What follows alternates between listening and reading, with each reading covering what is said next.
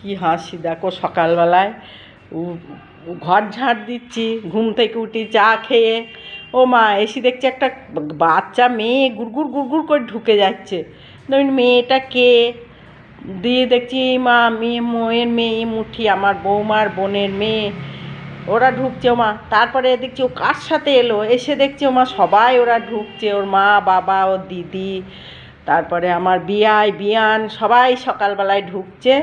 আমাকে সবজির ব্যাগ নামিয়ে দিয়ে তাড়াতাড়ি করে একটু চা করে দিলাম।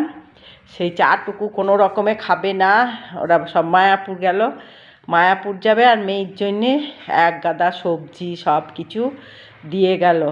এরকম বিয়ান বলো কারোর আছে তোমাদের?